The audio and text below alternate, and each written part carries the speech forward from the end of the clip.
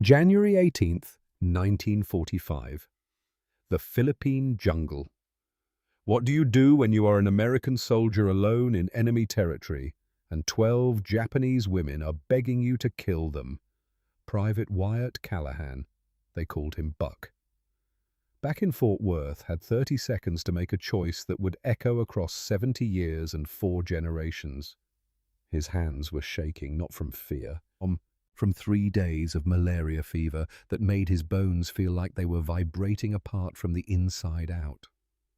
This is the story of how one Hershey's chocolate bar changed the destiny of 91 lives. The smell hit first.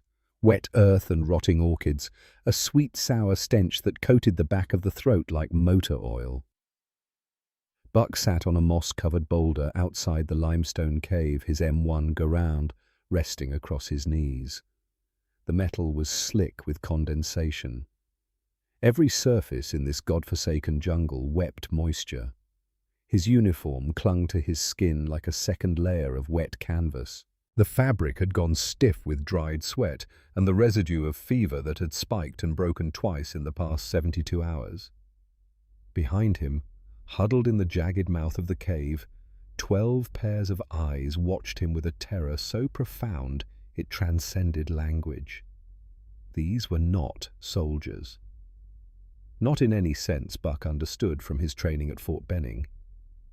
They wore tattered remnants of Japanese auxiliary uniforms, thin cotton that hung off starved frames like funeral shrouds. Mud-caked, blood-stained, the fabric torn in places that suggested violence or desperate flight through the thick undergrowth. The youngest one, a girl who could not have been more than 17, held a shard of broken glass against her own throat. Her name was Yuzuki. Buck did not know that yet. All he knew was that her knuckles had gone white from gripping the glass. Her skin was the color of parched parchment. She whispered the same word over and over. Onegai, onegai, onegai. Please, please, please. But she was not begging for mercy. She was begging for death. Buck looked away. His heart hammered against his ribs like it was trying to escape his chest. The propaganda had been thorough. He had been told the Japanese were fanatics, demons who would never surrender, children raised from birth to worship the emperor as a living god. But sitting there in that clearing with the morning light filtering through the mahogany leaves in shafts of bruised purple and gold, all Buck saw were terrified children waiting for the blow to fall. Why would a 17-year-old girl beg an American soldier for death instead of mercy? The answer would shake everything Buck Callahan thought he knew about war, about duty, about what it meant to be human. But before Buck could make that choice, he had to understand why these women wanted to die, and to understand that we need to go back. Not far, just 3 days. To the moment when a radio transmission changed the course of 13 lives forever. Buck had been separated from his unit during the chaotic push through the Shimbu line, the 158th Infantry.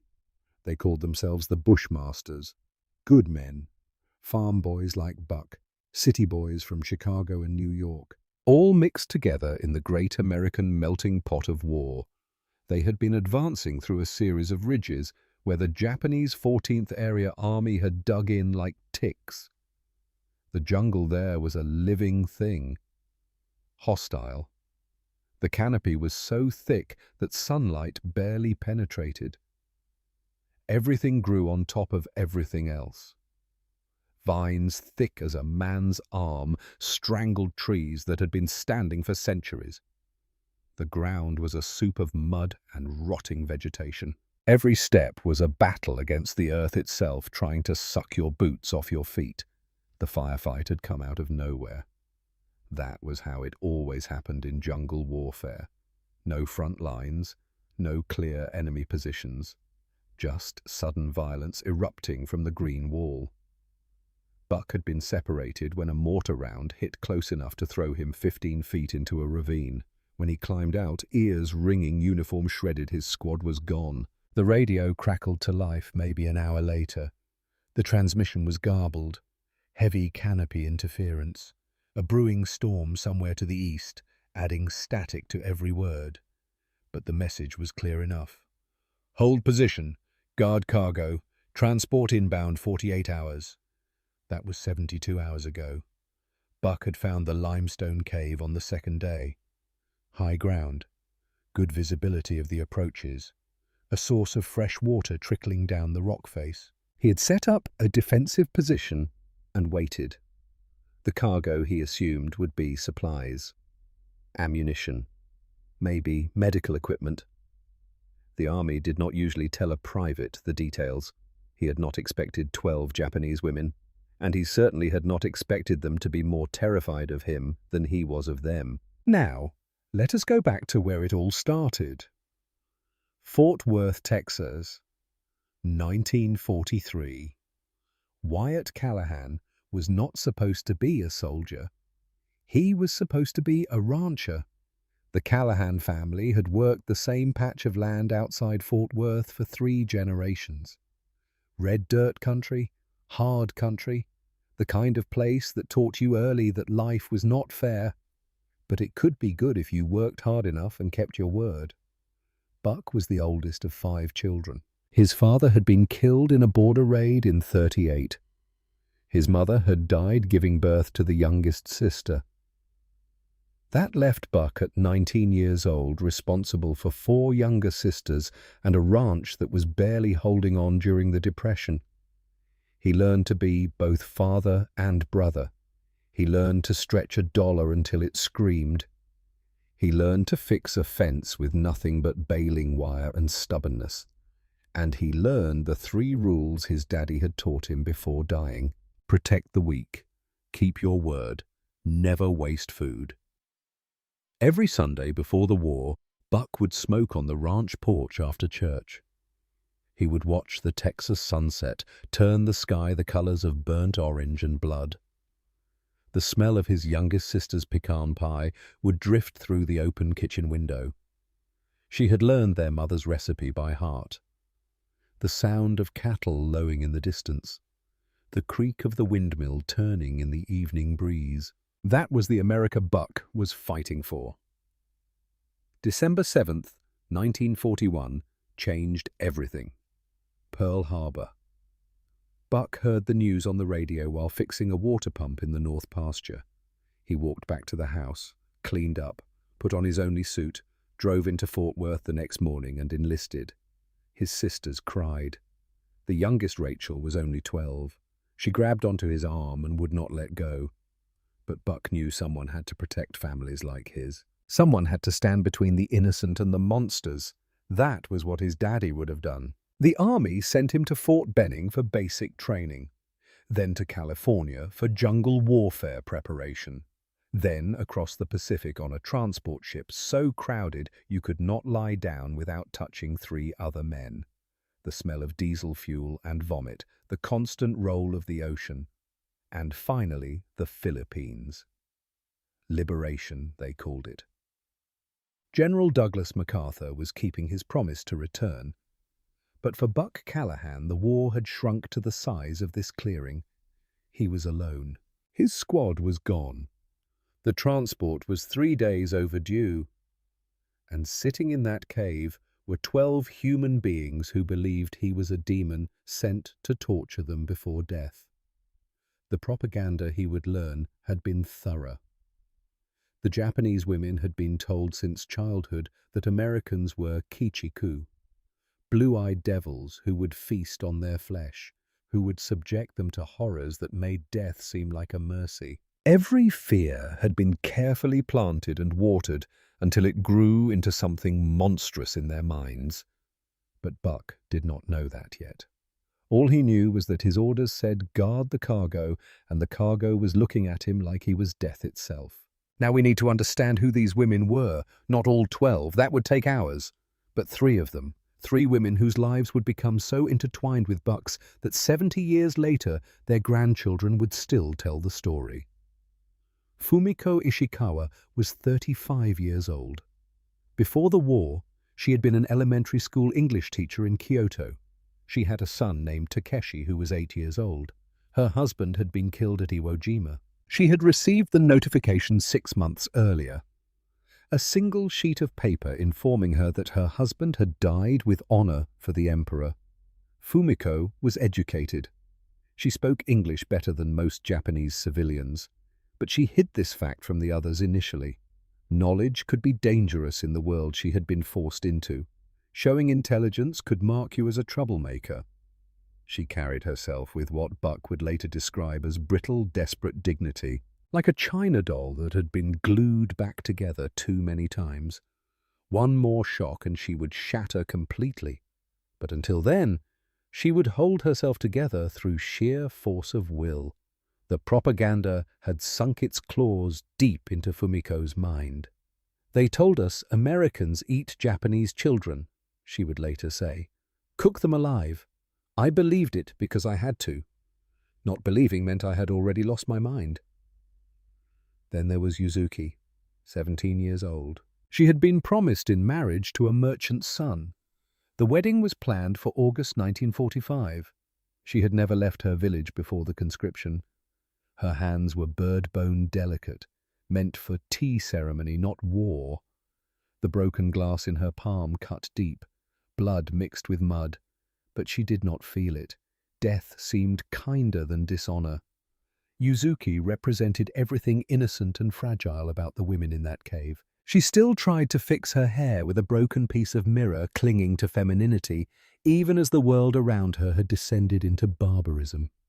She had not yet learned that survival sometimes meant letting go of everything you thought made you human. The third woman was Reiko, 28 years old. She had been a medical orderly at the Hiroshima Red Cross Hospital. She had lost her younger sister in the firebombing. American bombs. The memory of pulling her sister's body from the rubble was still fresh. Raw. A wound that would never heal. Reiko had training. She recognized the symptoms of malaria in Buck's trembling hands and fever-bright eyes. Her professional instincts warred with her grief. Part of her wanted to help. The healer in her could not watch suffering without responding. But the sister in her remembered American bombs turning her world into an inferno. She was quiet, observant. Her hands were always moving, a nurse's habit. Even now, covered in mud and blood, she could not stop cataloguing injuries. Who needed treatment first? What supplies would be required? It was the only way she knew to keep her mind from shattering.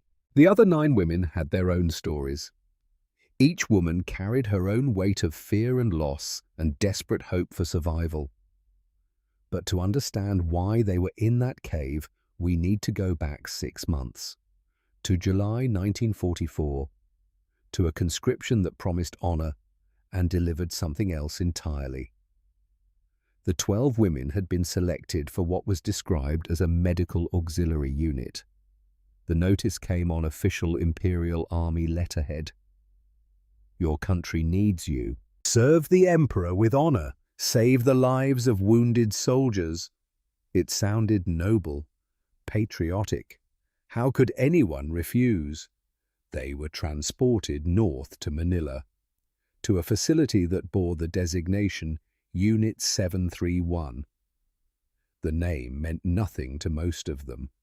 Fumiko had heard rumors, whispers, but rumors were dangerous things to repeat. When they arrived, the reality became clear with brutal efficiency.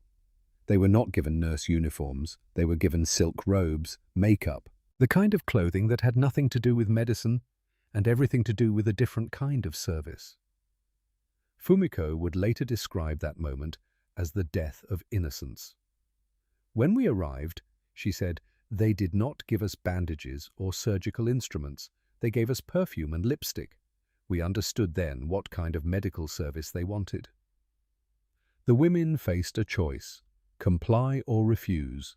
12 women from different backgrounds, different cities, different lives, all made the same decision in that moment. They said no. The officer in charge was furious. Refusal was insubordination, dishonor to the emperor. In a military culture built on absolute obedience, saying no was not just rebellion. It was a kind of treason. They were stamped with a designation that would follow them like a curse. Rejected for service, insubordinate, and in the chaos of a war that Japan was clearly losing, insubordinate women who knew too much about classified facilities were a liability. The disposal order came down in January. Simple, efficient, bureaucratic. The women were to be transported to the Philippine front, placed in a remote location, and executed at 0600 hours on January 18, 1945. The officer assigned to carry out the execution was Captain Daichi Ishikawa. He was 32 years old. He had joined the Imperial Army at 18. He was a true believer in Bushido, in the code of honor that said death was preferable to surrender or shame. But Captain Daichi Ishikawa had a problem. The woman marked as number 1 on the disposal list, Fumiko Ishikawa, was his older sister. The moment Buck Callahan discovered this fact, everything changed. But we are getting ahead of ourselves, because at precisely 1000 hours on January 18th, 4 hours after the scheduled execution time, Buck was about to find 12 women who should have been dead. He had heard sounds coming from the cave earlier that morning. Movement, whispers. He had approached cautiously, rifle ready, expecting anything from Japanese soldiers to wild animals. What he found instead made him lower his weapon in confusion. 12 women huddled together, filthy, terrified. When they saw him, Fumiko crawled forward. Her English was broken but understandable. "Please," she said. "Quick, no pain." Buck stared. His mind could not process what he was seeing. "Ma'am," he said, "I am not here to hurt you. I am here to—" He did not finish the sentence because Yuzuki screamed, a sound of pure animal terror. She raised the glass shard to her own throat. Her hand was shaking so badly the glass was cutting her palm. Blood ran down her wrist. Buck froze. Every instinct told him to back away. Give them space. But something in Yuzuki's eyes stopped him.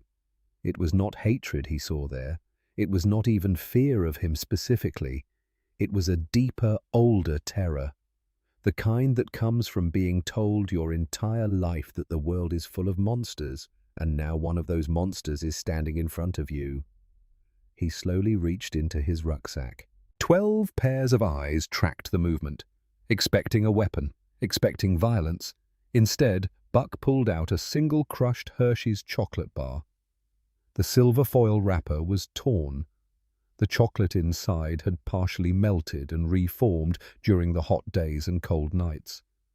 But it was still chocolate, real American chocolate. The last piece of home Buck had carried across the Pacific. He moved with exaggerated slowness, like approaching a spooked horse. He unwrapped the chocolate. The sound of foil crinkling seemed impossibly loud in the tense silence. Then he broke off a small square. The snap echoed like a gunshot. 12 women flinched. Buck raised the chocolate to his mouth, made deliberate eye contact with Fumiko, and ate. He chewed slowly, swallowed, proving it was not poison, that this was not a trick. Just food. Just kindness. Then he held out the rest of the bar toward the cave entrance, toward Fumiko. His hand was steady despite the fever, despite the fear, despite everything. The moment stretched. Time seemed to slow down. The jungle sounds faded. The morning light caught the chocolate, making it gleam like some kind of precious metal. The sweet cocoa scent drifted through the air, mixing impossibly with the smell of rotting vegetation and fear. This was not the devil they had been told about. This was a man with hollow eyes and dirt under his fingernails, offering them a miracle. Fumiko crawled forward. Her knees scraped against the sharp limestone floor of the cave. The rocks cut through her thin uniform. But she did not take her eyes off Buck. She reached out. Her fingers touched his palm. Brief electric contact. warmth against cold, human skin against human skin. The first gentle touch any of them had experienced in months. She took the chocolate, held it like it was made of glass. Then she crawled back to the others. What happened next would stay with Buck Callahan for the rest of his life. The 12 women divided that chocolate bar into 12 exact portions. Mathematical precision, born of desperate fairness. Each piece was microscopic, too small to really taste. But they ate with a reverence that felt like prayer. And in that moment, the first crack appeared in the propaganda. Because demons do not share chocolate, monsters do not prove food is safe by eating it first. The blue-eyed devil they had been warned about did not have calloused hands that shook with fever and exhaustion. One of the women, the farmer's daughter, was the first to speak. Her voice was barely a whisper, but the word was clear. Arigato. Thank you. Then again, stronger. Arigato. Buck felt something break inside his chest. Or maybe it was something being fixed. He could not tell which. But looking at 12 women dividing one chocolate square into pieces too small to taste, he realized something his training at Fort Benning had never taught him. These were not soldiers. These were not statistics. They were just people, daughters, sisters, mothers, human beings who had been chewed up by a machine bigger than any of them and spit out in this jungle to die.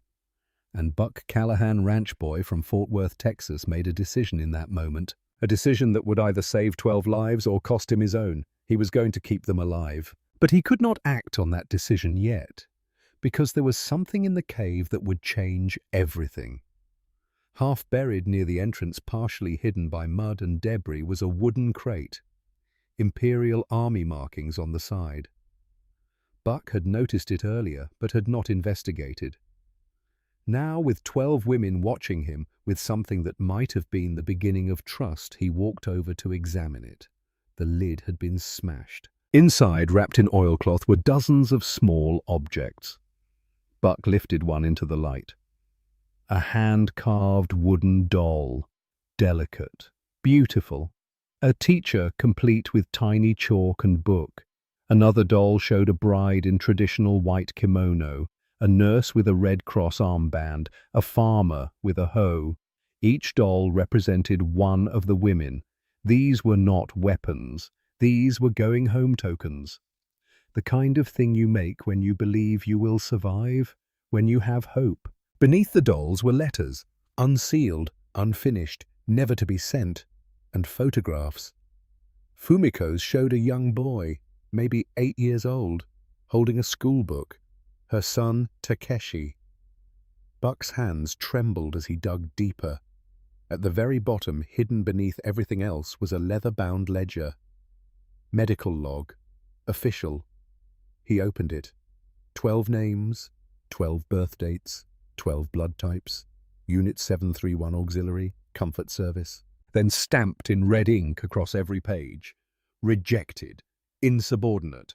And at the bottom, in handwriting that was almost casual in its bureaucratic efficiency, a single line. Disposal order. 18 January, 1945. 0600 hours. Grid reference followed. Buck checked his watch. It was 1300 hours. Same day. These women had been scheduled for execution 7 hours ago. They were not executed because they were dangerous. They were executed because they had said no. The weight of that realization hit Buck like a physical blow. His vision swam. Whether from malaria or moral outrage, he could not tell. These women were not enemy combatants. They were victims twice over. First by their own military, then by a war that saw them as nothing more than a logistical problem to be solved with a bullet. He turned to look at Fumiko. She was watching him, waiting. She had seen him find the ledger.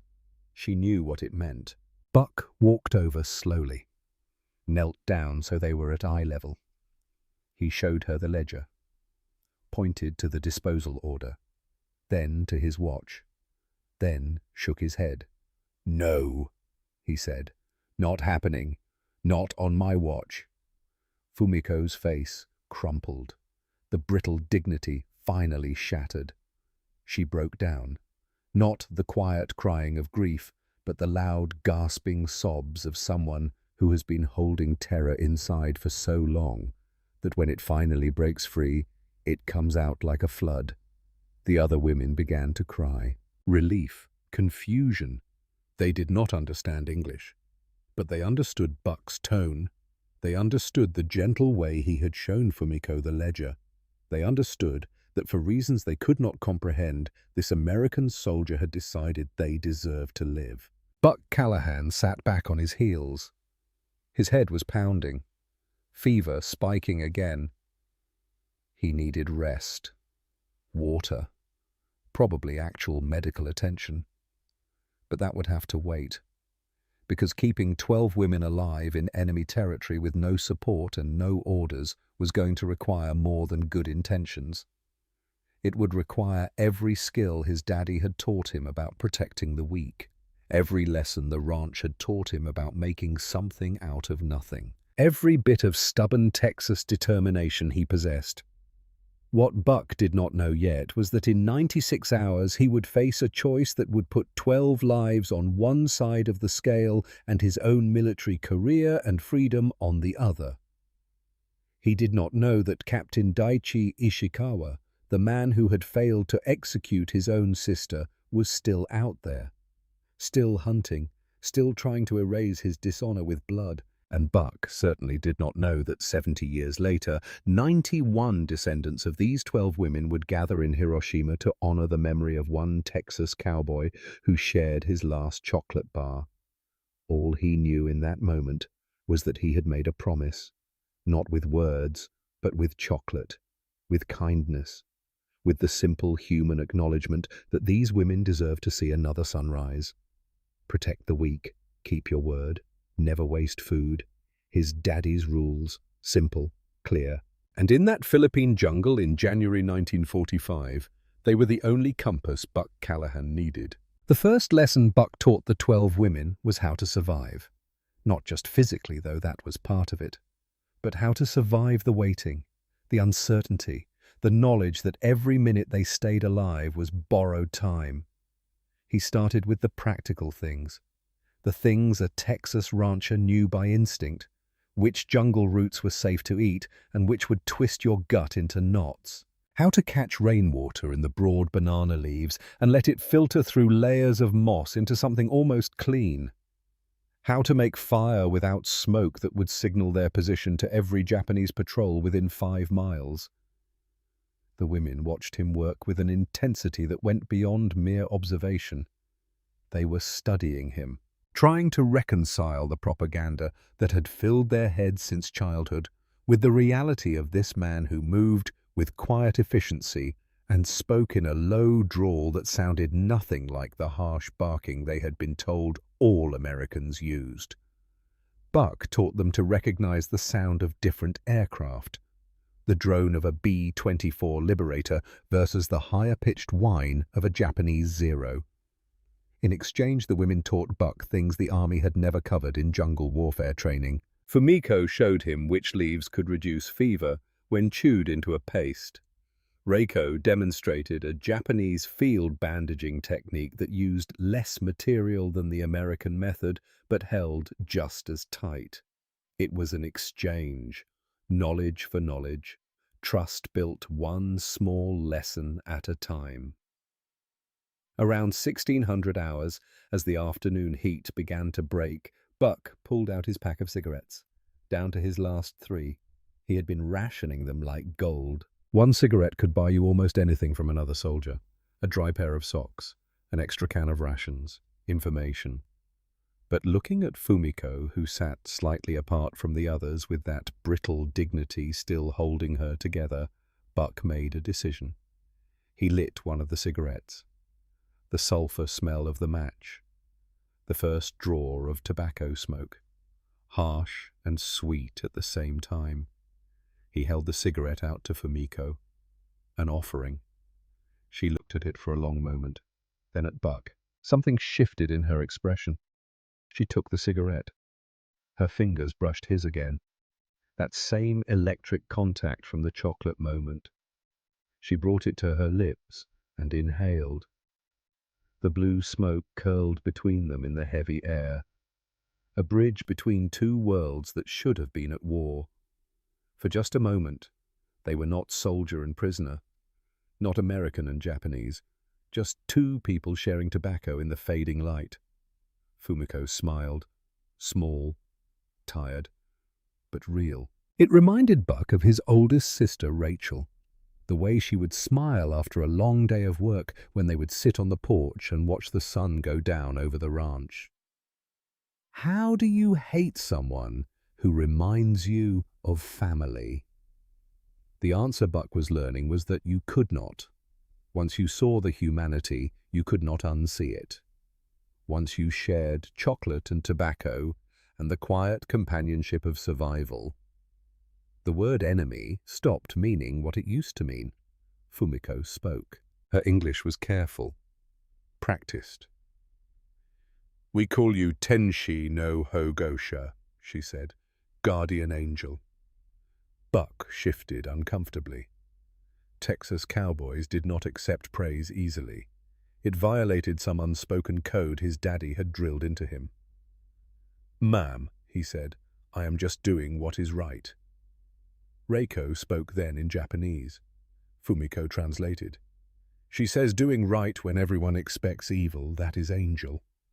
The other women had gathered closer, all 12 watching him now with something that looked dangerously close to hope, and then moving as one they bowed, deep, traditional, the kind of bow that carried weight, respect, gratitude.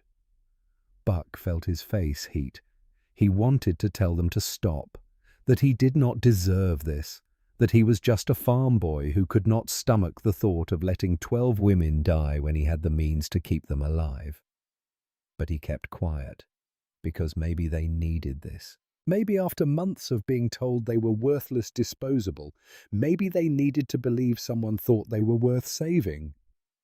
The moment was broken by a sound from the jungle, distant but distinct. Metal on metal, the click of equipment being adjusted. Buck was on his feet instantly, rifle up, every sense suddenly sharp, despite the fever still burning in his blood. The women went silent. Even their breathing seemed to stop. Nothing moved in the underbrush. But Buck had learned to trust his instincts. The jungle had a rhythm. When that rhythm changed, it meant danger. Night fell fast in the jungle. One moment there was light. The next darkness so complete it felt solid. The temperature dropped. Not cold by Texas standards, but enough to make the constant dampness seep into your bones. Buck had risked a small fire in the mouth of the cave, just enough to provide warmth. The smoke would dissipate in the thick canopy. Probably. It was a calculated risk, but the women were shivering.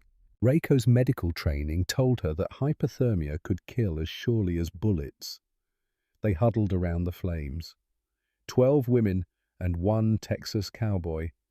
The firelight carved deep shadows in the limestone walls, made everything look ancient, primal, like they had slipped backward through time to some era before nations and armies and all the machinery of modern war. Fumiko sat closest to Buck, not out of favoritism, but because she was the only one who could translate. Around 1930 hours, Buck felt the fever spike again. His vision swam. The cave walls seemed to breathe in and out like living things. He tried to stand, to move away from the fire before he collapsed in front of them. But his legs would not obey. Reiko was beside him instantly, her hands cool against his forehead. Professional. Assessing. She spoke to Fumiko in rapid Japanese. Fumiko translated. "She says you have malaria. Bad. You need medicine. Quinine." Buck laughed. It came out bitter. "Tell her the quinine is back at base camp, about 40 miles that way." He gestured vaguely east. Reiko did not smile. She pulled out a small cloth bundle from the folds of her torn uniform. Inside were leaves, bark, things Buck did not recognize. She began to grind them between two rocks, added a little water from the canteen, made a paste that looked like mud and smelled like earth and something medicinal. She gestured for Buck to drink. He hesitated. Every instinct screamed not to ingest unknown substances in enemy territory. But then he looked at Reiko's face, at the professional concern there, at the healer's need to heal regardless of nationality or uniform. Buck drank. It tasted like dirt and bitterness. But within 20 minutes the fever began to break. The shaking eased. His vision cleared. Reiko watched him improve with satisfaction. Then she did something unexpected. She reached out and placed her hand over his heart. Just for a second, a gesture of connection, of shared humanity. Fumiko translated. She says her sister died in Osaka, American bombs. She hated Americans for a long time, but you show her hate is choice, not destiny. Buck felt his throat tighten. He wanted to apologize for the bombs, for the war, for everything. But words felt inadequate. Instead, he just nodded, met Reiko's eyes, hoped she could see that he understood, that he carried his own grief, his own losses. The moment stretched. Peaceful, almost tender. Then the attack came. 200 hours, exactly. Captain Daichi Ishikawa erupted from the tree line with a scream that was half battle cry and half something darker. Pain, rage, desperation. His bayonet was raised. The blade caught the firelight. For one frozen second, Buck saw everything with perfect clarity. Daichi's face twisted in anguish. The two soldiers flanking him, and the target of the bayonet thrust. Not Buck. Fumiko. Buck moved on instinct. He threw himself sideways, grabbed his rifle, but the barrel was slick with condensation. His hands fumbled. The safety would not release. Daichi was almost on top of Fumiko. She had not moved, just stared at her younger brother with an expression of profound sadness. Daichi screamed something in Japanese. Fumiko whispered something back. Later, she would translate for Buck. Daichi had screamed, "Traitor sister, you dishonor our family name." And Fumiko had whispered, "I forgive you, little brother." The bayonet descended. Buck's rifle finally came up. But in the split second before he could fire, Reiko launched herself at Daichi. She hit him low, shoulder into his midsection. The two of them went down in a tangle. The bayonet skittered across the cave floor. One of Daichi's soldiers fired wildly. The muzzle flash turned everything into a strobing nightmare of light and shadow.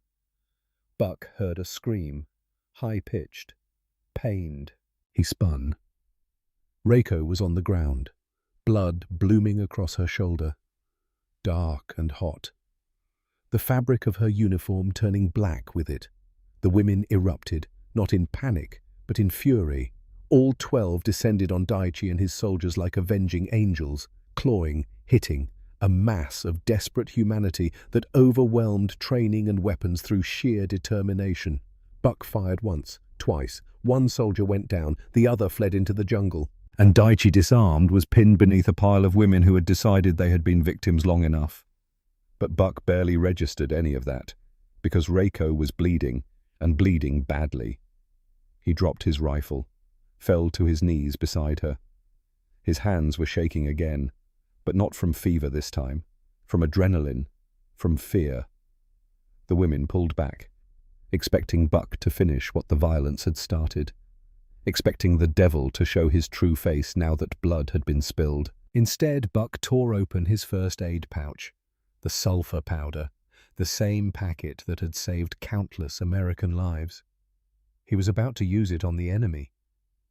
The question flashed through his mind. Is there a point where the will to save an enemy becomes a betrayal of your own flag? But the question disappeared as fast as it came. Because Reiko was not the enemy. She was a healer who had saved his life an hour ago. She was a sister who had lost her family to American bombs and still chose mercy. She was a human being bleeding out on a cave floor. And Buck Callahan had been taught to protect the weak.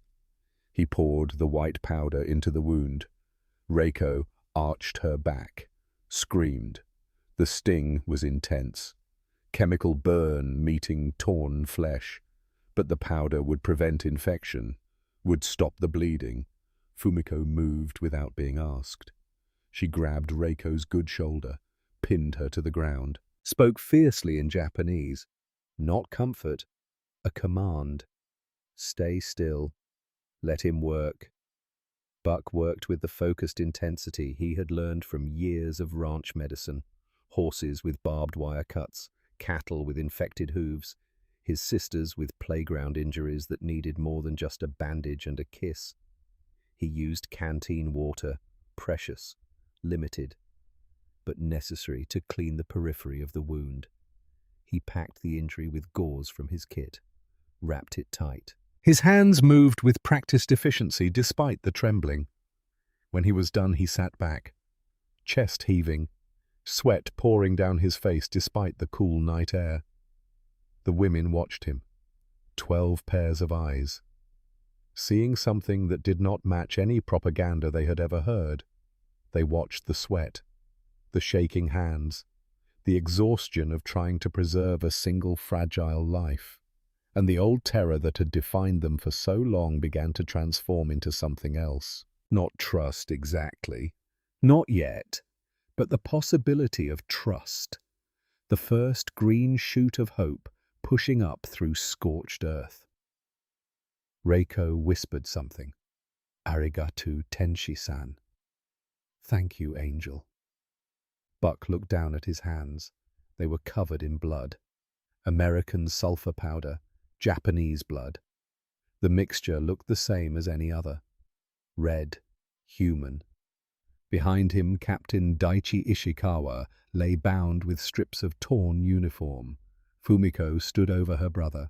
Her face was unreadable. She held the bayonet he had tried to kill her with. One thrust, and she could end him. Justice, revenge, self-defense. But she did not move.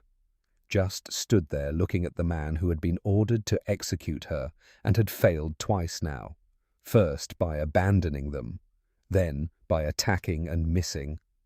Buck forced himself to stand, walked over to Fumiko, gently took the bayonet from her hand. She looked at him. "What do I do?" she asked. The English words came out broken, uncertain. Buck looked at Daichi. The man was conscious. Watching. His face was a mask of shame and rage and something that might have been relief.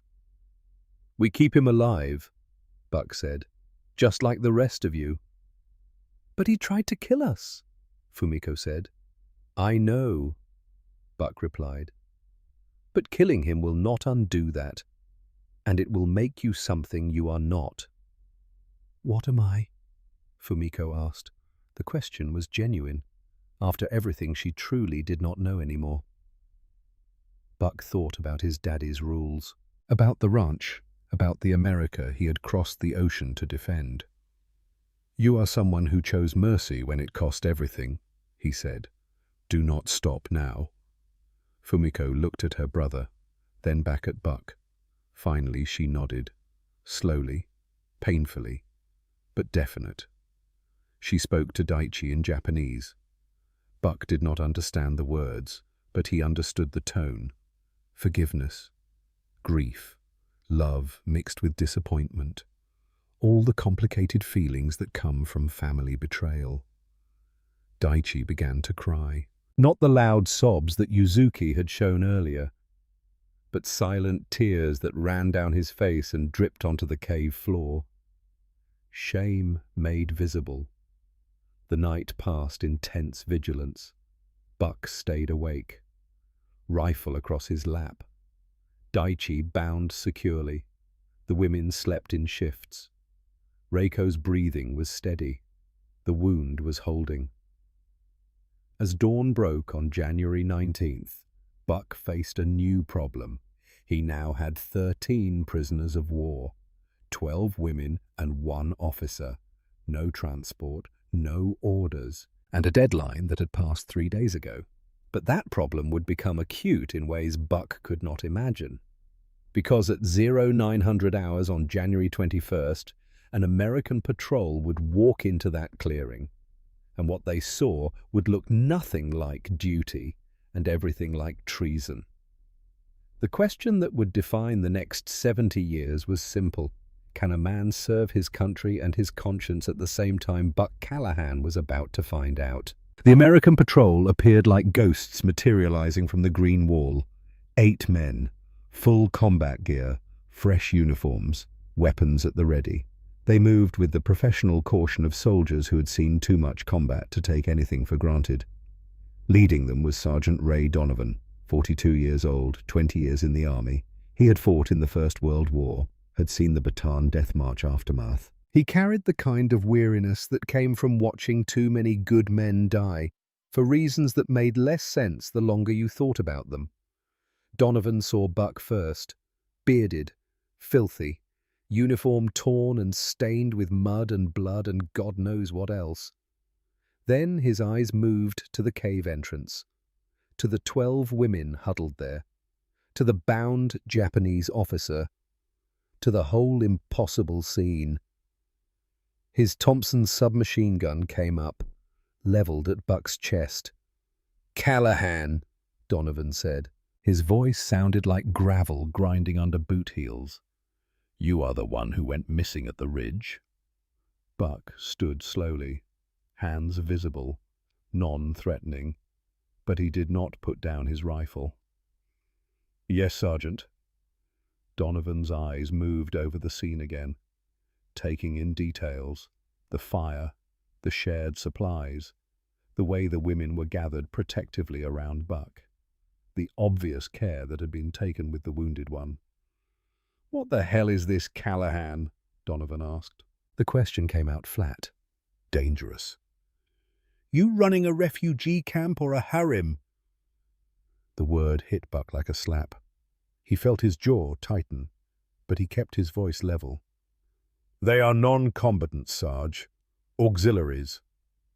He pulled the leather-bound ledger from his pack, tossed it at Donovan's feet. "Look at the dates," he said. "Look at the notations. Their own people were going to dispose of them 3 days ago. I did not capture them. I pulled them out of a grave their own officers dug." Donovan did not look at the ledger. His eyes were locked on Buck, calculating, assessing. The men behind him were shifting, uncomfortable. They had expected to find a missing soldier, maybe a body, not this. Fumiko stepped forward. She moved with that brittle dignity intact despite everything. Her English was clear, practiced, brave. "I am Fumiko Ishikawa," she said. "English teacher, Kyoto Prefecture. We were Unit 731 Auxiliary, rejected for forced prostitution. Our own officers ordered our execution. This man saved our lives when he could have taken them." She pulled out the photograph of her son, Takeshi, held it up so the patrol could see. "I have 8-year-old son," she said. "This man made it possible I see him again. That is not war crime. That is American value. Freedom, dignity, mercy." The words hung in the humid air. American value, coming from a Japanese woman, about an American soldier. The cognitive dissonance was palpable. Then Reiko stood, slower, favoring her wounded shoulder. She pulled aside the bandage, showed the fresh injury, the American sulfur powder, the careful field dressing. Fumiko translated. She is medical orderly. She lost sister in Osaka firebombing, American bombs. She had every reason to hate Americans, but this man saved her life. Professional to professional, human to human. Reiko spoke again, just 2 words, but clear. Watashi yurusu. Fumiko translated. I forgive. The patrol stood frozen. These were men who had been trained to see the Japanese as subhuman, as fanatical monsters who would never surrender, who would choose death over dishonor, who could not be trusted or reasoned with. But here was a Japanese woman forgiving Americans for killing her sister. Here was evidence of mercy flowing both directions across the battle lines. And then Daichi spoke, still bound, still on the ground, but his English was perfect, formal. Sergeant Donovan, he said, I am Captain Daichi Ishikawa, Imperial Japanese Army. I ordered these women's execution. This American prevented a war crime. By Bushido code, he has more honor than I do. The confession should have been a victory, enemy officer admitting guilt, validating Buck's actions, but instead it just made everything more complicated. Because if Buck was right, then what did that say about all the other orders? All the other times soldiers had followed commands without question. What did it say about the machine of war itself? Donovan finally picked up the ledger. Read it. His face was unreadable. 20 years in the army had taught him to hide his thoughts. But Buck saw the slight tightening around his eyes, the way his jaw clenched when he read the disposal order. He looked at the 12 women, really looked at them. And Buck saw the moment when Donovan's daughter back in Chicago superimposed herself over these foreign faces. She was 19, about the same age as some of them. Callahan, Donovan said finally, you are a goddamn fool. Buck's heart sank. Here it came. The arrest. The court-martial. The end. But you are an honorable fool, Donovan finished. He lowered his weapon, gestured for the patrol to do the same. We are evacuating these POWs to Manzanar Internment Facility, California. They will be processed, treated humanely. Captain Ishikawa goes to Sugamo Prison for officers. He paused, looked at Buck for a long moment. As for you, official record says Private Callahan recovered 13 enemy POWs, 1 requiring medical treatment. No misconduct observed. Unofficially, I am writing you up for commendation. Probably will not get approved, but it will be on file. Buck felt something loosen in his chest. Not quite relief, but close. You are being reassigned, Donovan continued. Different unit. Loose lips about this incident could cause problems. Understand. Yes, Sergeant. Good. He turned to his men. Get transport on the radio. We are moving out in 1 hour. The next 60 minutes passed in a blur. Logistics, processing, the machinery of military bureaucracy grinding into motion. The women were given water, food, basic medical attention. They were treated correctly. But there was a distance now. They had gone from people back to prisoners, from individuals back to numbers on a form. Buck watched it happen, hated it, but understood it. The army could not function on personal connection. It needed categories, procedures, rules. Fumiko approached him as the trucks were arriving. She stopped, turned. The MPs tried to move her along, but she planted her feet. Donovan made a gesture. Let her talk. Fumiko reached into her sleeve, pulled out the wooden teacher doll from the crate. The one with the tiny chalk and book. She pressed it into Buck's hand. Her fingers lingered against his skin, that same electric warmth from the chocolate and the cigarette. In Japan, she said, we say Ichigo Ichi-e, One time, one meeting. Every encounter is once in a lifetime. Must be treasured. Buck felt his throat close. He reached into his pocket, pulled out his mother's silver locket, the only photograph he had of his parents. He had carried it across the Pacific, through every battle. It was the most precious thing he owned. He pressed it into Fumiko's hand. "For Takeshi," he said. "Tell him his mother is brave." Fumiko's eyes filled with tears. "Thank you, guardian angel Callahan-san. You teach me enemy is word politicians use. Human is what we truly are." Then Reiko was there, bowing deeply despite her wounded shoulder. "Arigatou gozaimasu." The deepest form of gratitude in Japanese.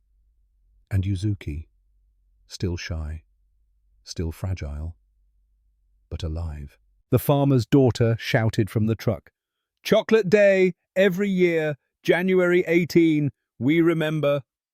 12 hands waving. Buck saluted. Military precision to cover the fact that his eyes were burning and his chest felt like it was being crushed. The trucks pulled away. Dust billowing. Diesel exhaust mixing with jungle rot. And then they were gone. Buck Callahan stood in that clearing, surrounded by his own people, speaking his own language, back with the familiar comfort of American uniforms and sea rations. But the world no longer fit him. He had crossed a line somewhere in those 3 days, and he could not uncross it. He looked down at the wooden doll in his palm, tiny, delicate, a teacher with chalk and book, a reminder that the enemy has a heartbeat. How much of our identity is just the uniform we are told to wear? Buck Callahan did not have an answer, but he knew one thing with absolute certainty. He would never forget 12 women dividing one chocolate bar into microscopic pieces and eating it like prayer. He would never forget Reiko forgiving American bombs. He would never forget Fumiko calling mercy an American value. And somewhere deep in his Texas soul, Buck made a promise. If he survived this war, if he made it home, he would spend the rest of his life trying to deserve the title they had given him. Guardian Angel. Even if it took 70 years to understand what that really meant. 70 years is a long time to carry ghosts. Buck Callahan learned this on the slow boat back to San Francisco in November 1945. Japan had surrendered 3 months earlier. The war was over. Men were going home. But Buck stood at the railing watching the Pacific roll beneath him and felt nothing that resembled victory. He had been reassigned after the incident with the 12 women. 11th Airborne Division. Different campaign. Different men who did not know his story. But they noticed the change in him anyway. "You fight different," Private Eddie Kowalski had told him once. They had been reassigned together. Old training buddies from Fort Benning reunited by the random machinery of military logistics. You fight like you are protecting something instead of destroying something. Buck had not known how to respond to that. How do you explain that once you see the humanity in the enemy combat stops being about hatred and starts being about something sadder necessity, duty, the grim mathematics of kill or be killed, but never hatred? He carried 3 wooden dolls in his rucksack, the teacher, the nurse, the farmer, Fumiko, Reiko, one of the others whose name he had never learned. Every night, no matter how exhausted, he would take them out, line them up on whatever surface was available, an ammunition crate, a fallen log, once the hood of a jeep, and he would eat 1 square of Hershey's chocolate if he could find it. A ritual, a remembrance, a promise that he was still the man who had chosen mercy in that Philippine cave. The other soldiers thought he was crazy, or maybe suffering from shell shock. They left him alone, which was fine. Buck had grown comfortable with solitude in ways he never had been before the war. When VJ Day came on August 15, 1945, Buck was in a field hospital recovering from a minor shrapnel wound. Nothing serious, but enough to keep him off the line when the news broke. The hospital erupted in celebration. Men were crying. laughing, hugging strangers. The war was over. They had won. They were going home. Buck sat on his cot and thought about 12 women. Were they still alive? Had they survived Manzanar? Had they been repatriated to Japan? Or were they still in California? Did Fumiko ever see her son Takeshi again? Did Reiko's shoulder heal properly? He had tried to find out. Written letters to the War Department, to the Red Cross, to Manzanar directly before it closed. But the bureaucracy was enormous, and Buck was just one private asking about enemy civilians. His letters went unanswered, or came back with form responses that told him nothing. Eventually he stopped asking, not because he stopped caring, but because not knowing was easier than knowing they might have died despite everything. The assumption became his new reality. They had moved on, returned to Japan, started new lives, forgotten the Texas cowboy who shared chocolate during 3 impossible days. It was easier to believe that than to hope for something more.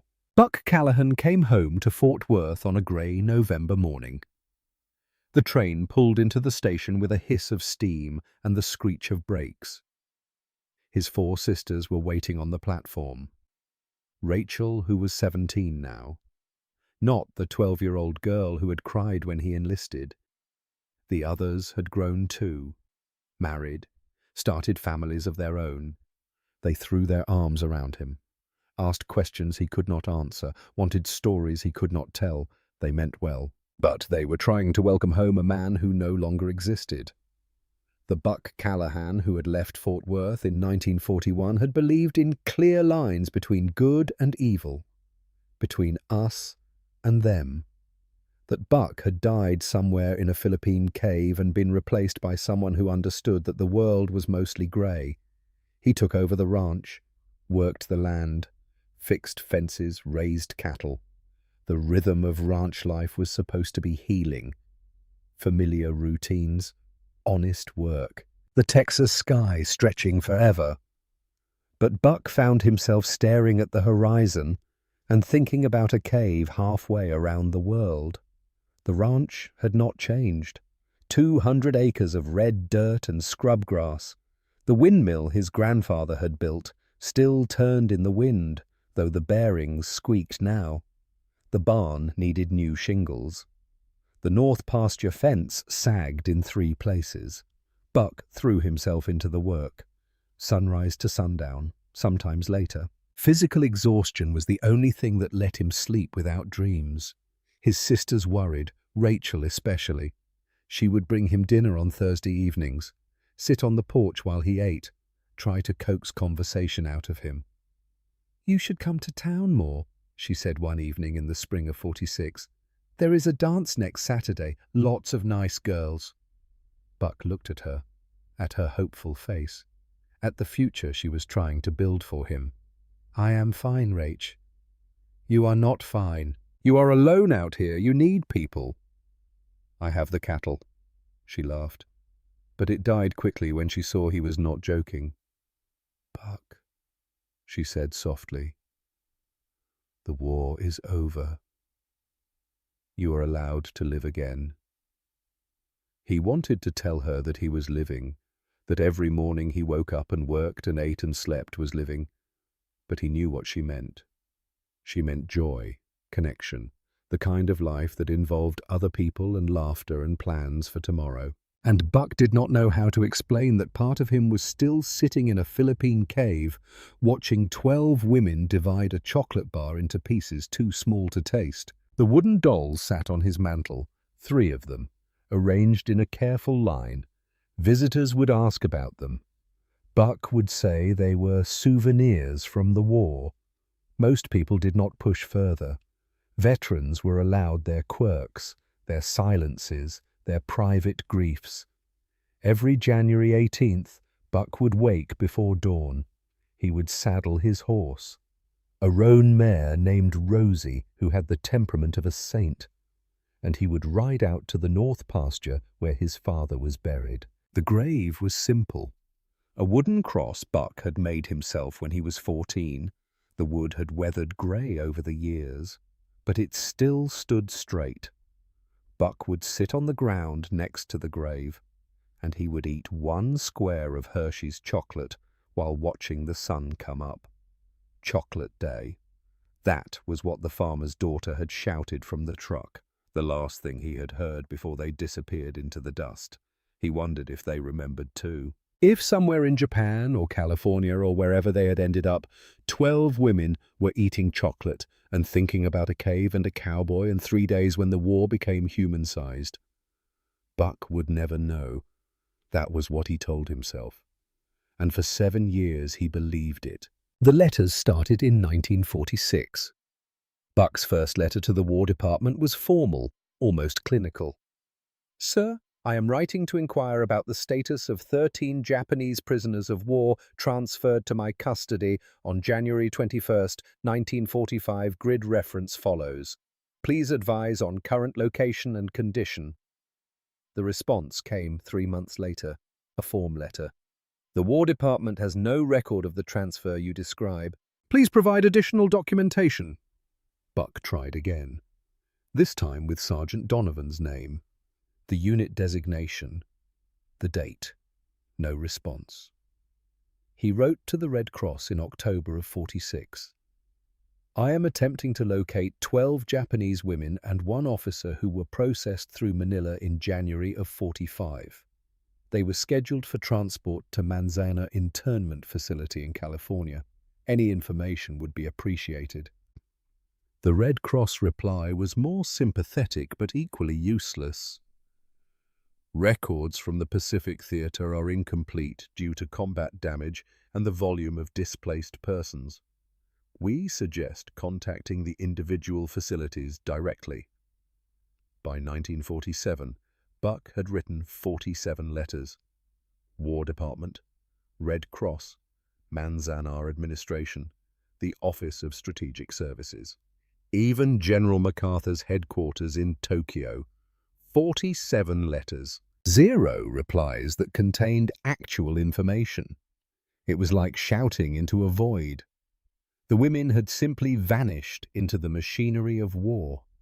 12 lives that had intersected with his for 3 days and then been swallowed by bureaucracy and distance and the sheer scale of 6 years of global conflict. By 1948, Buck stopped writing. Not because he stopped caring, but because the silence had become its own answer. They were gone.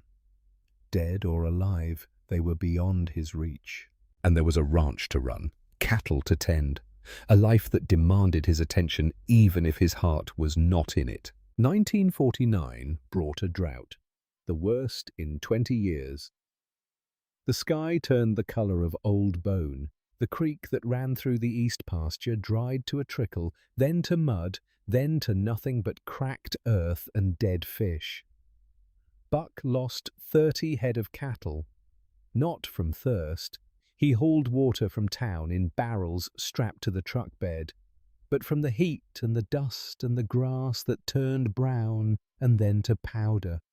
He worked himself to exhaustion, digging wells that came up dry, reinforcing fences so the desperate cattle would not break through looking for water that was not there. Rachel came out one evening in August and found him sitting on the porch, staring at nothing. "You look like hell," she said. "Feel worse." She sat down next to him, put her hand on his arm. "I am worried about you." "Do not be. I am fine." "You are not fine. You have not been fine since you came home." Buck looked at her, at the concern in her eyes, at the sister who had grown from a girl into a woman while he was overseas. "What do you want me to say, Rach?" "I want you to tell me what happened over there, why you came back different." He almost told her, almost explained about the cave and the chocolate and the choice that had felt so simple in the moment but had grown more complicated with every passing year. But the words would not come. How do you explain to someone who has never been to war that the hardest part is not the fighting, The hardest part is coming home and realizing you left pieces of yourself scattered across the Pacific. I did what I thought was right, he said finally, and I still do not know if I was. Rachel squeezed his arm. Then it probably was. 1950 brought a question Buck had been avoiding. A widow named Mary Patterson started attending the same church as Rachel. She was 32, pretty in a quiet way. Her husband had died at Normandy. She had 2 young boys. Rachel invited her to Sunday dinner, then again the next week, and the week after that. It was not subtle. Mary was kind. She laughed at Buck's stories about the cattle. She did not push him to talk about the war. Her boys were good kids, polite. They helped Buck fix the chicken coop one Saturday afternoon. On a warm evening in May, Mary and Buck sat on the porch while Rachel put the boys to bed inside. "Your sister is not very subtle," Mary said. Buck laughed. "No, she is not. She worries about you." "I know." Mary was quiet for a moment. Then she said, "My husband died 4 years ago. People tell me it is time to move on, to find someone new. But part of me is still in France, standing in a cemetery, wondering why." Buck looked at her, really looked at her, and saw someone who understood. "Where is your part?" she asked. "Philippines," Buck said. "A cave. 3 days that will not let go." "Will they ever?"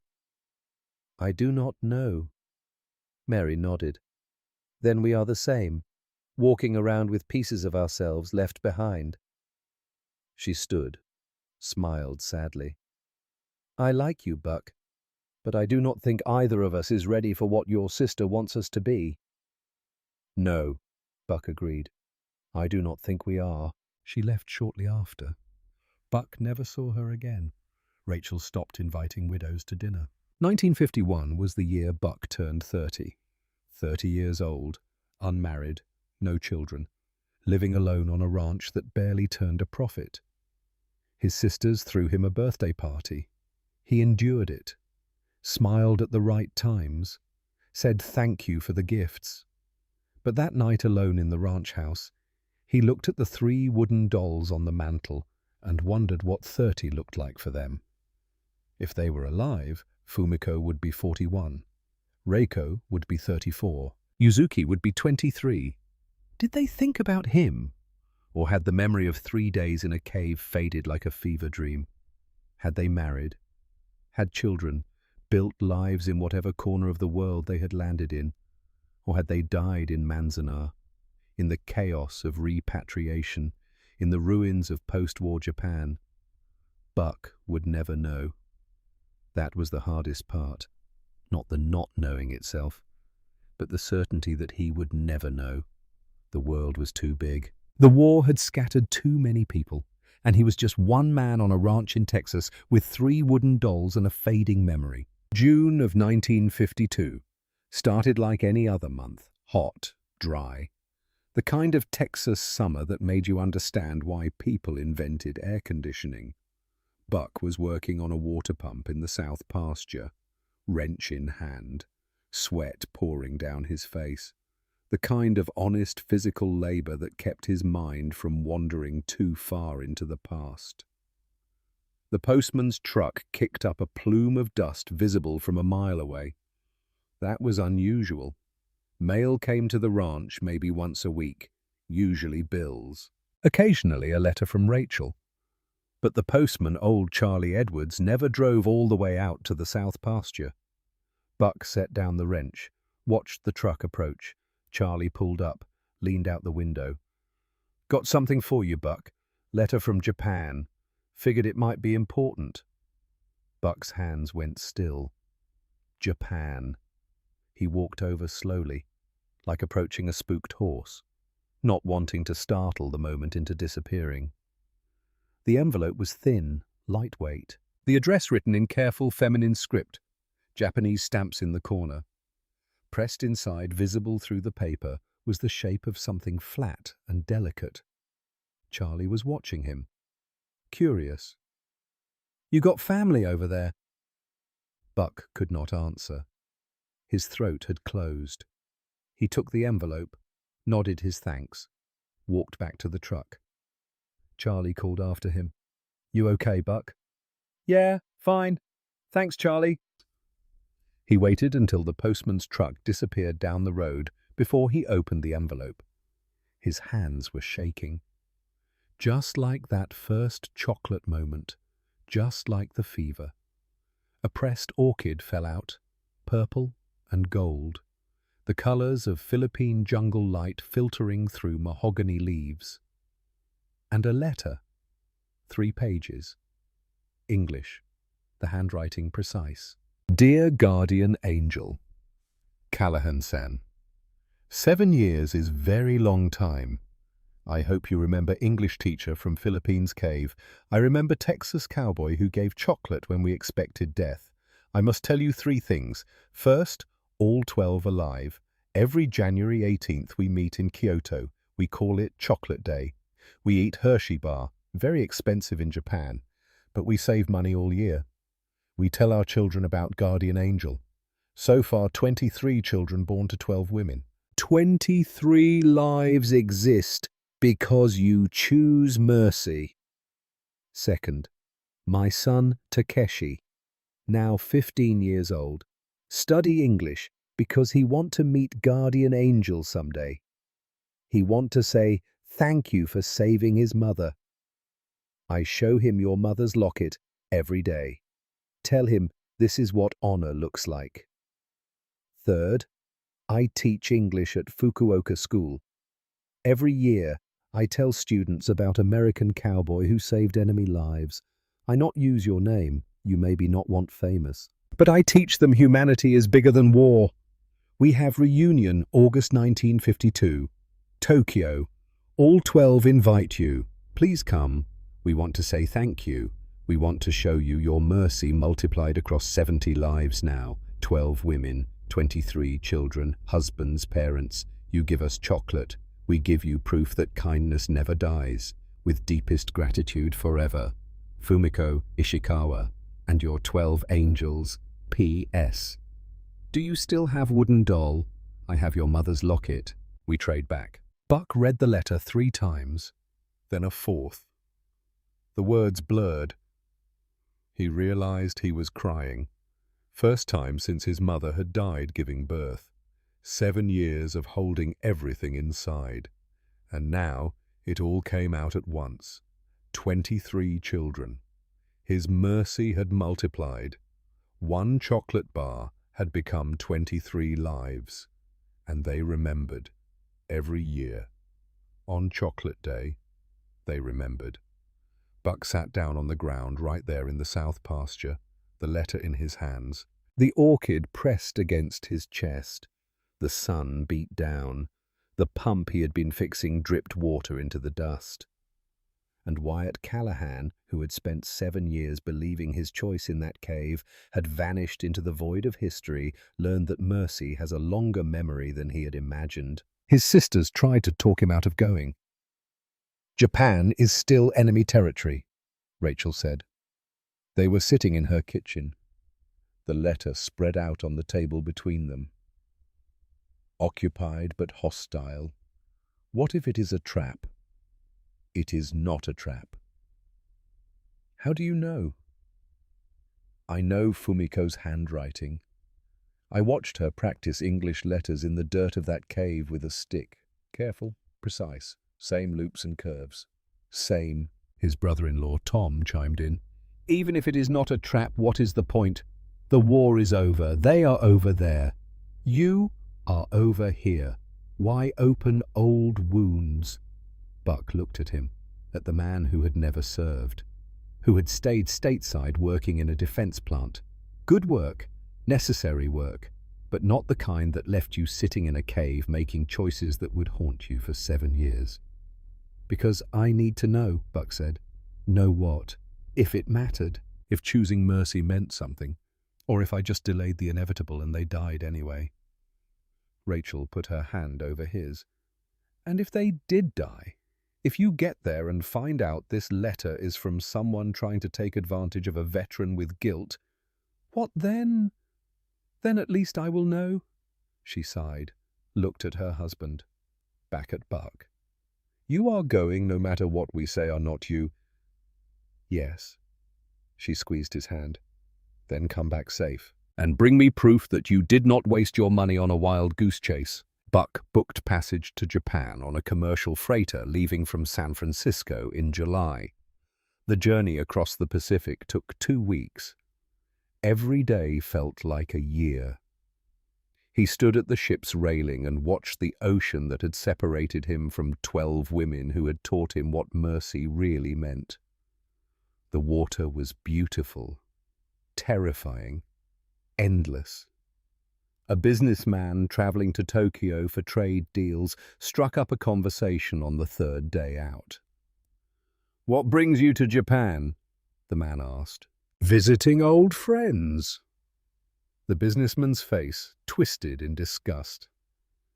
"Friends with the Japs after what they did at Pearl Harbor?" Buck did not argue. He had learned that some people needed enemies more than they needed truth. Instead, he just looked out at the horizon and thought about Reiko whispering, "Watashi yurusu," I forgive. The businessman left him alone after that. The ship docked at Yokohama on August 17, 1952. The heat and humidity hit Buck like a physical blow. It smelled like the Philippines, wet earth, growing things, memory. He took a train to Tokyo, then another to Fukuoka. The Japan he saw from the windows was recovering but still scarred. 7 years after the atomic bombs, the rebuilding was ongoing. But there was life, movement, hope. Fukuoka School was a modest building, traditional architecture mixed with post-war pragmatism. Buck arrived on August 18th.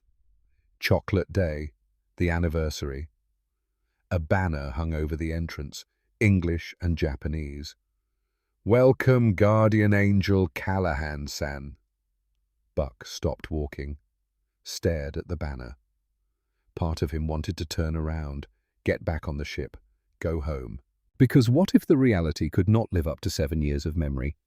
What if they looked at him and saw just an ordinary man instead of whatever they had built him into in their minds? What if... Then Fumiko walked out of the school building. She was 42 now. Grey streaked her hair. She wore reading glasses, a teacher's modest dress. But her eyes were the same. Warm, intelligent, alive. She saw him, froze. Then she ran, dignity forgotten. Just pure joy propelling her forward. They embraced in the school courtyard. No words. Just 7 years of distance collapsing into one moment. Buck felt her shake with sobs, felt his own tears soaking into her hair. "You came," she whispered in English. "You really came." "You asked," Buck said. His voice was rough, broken. "That is enough." A teenage boy appeared in the doorway, tall, serious. Takeshi. He approached slowly, bowed. His English was careful, formal. "Thank you for saving Mother." Buck knelt, eye level with the boy. He pulled the wooden teacher doll from his pocket, had carried it across the Pacific, the same doll Fumiko had given him 7 years ago. "Your mother saved me too," he said.